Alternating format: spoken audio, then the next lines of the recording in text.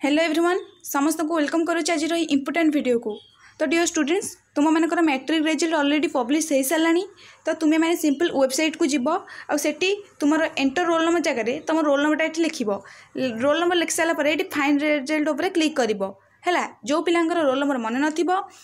Name enter करी नेमटा ये enter करके फाइंड रिजल्ट उपर क्लिक करेंगे किंबा से सुविधा जो पिला से कौन करेंगे मुझे कहूँ सपोज तुम विलेज रे इंटरनेट सुविधा नहीं तुम्हें कौन कर OR10 लिख ये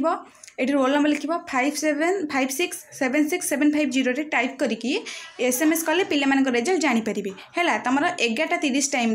तुम वेबसाइट रिजल्ट पब्लिश हे ता पूर्व तुम SMS साहाय्य तुम रिजल्ट से पब्लिश करदेवे बुझीपार तो वेबसाइट को जाकि तुम मैंने फास्ट कौन कर तुम रोल नंबर एंटर कर किंबा तुम नेम एंटर कर एंटर कर सारापर ये SMS कलापर तुम रिजल्ट आसीज ओके ये डिजिटल सर्टिफिकेट आसार भी सुविधा रही। आशा करुँची वीडियो तुम बहुत हेल्पफुल होती भिडियो को लाइक कर दियो। Okay everyone take care.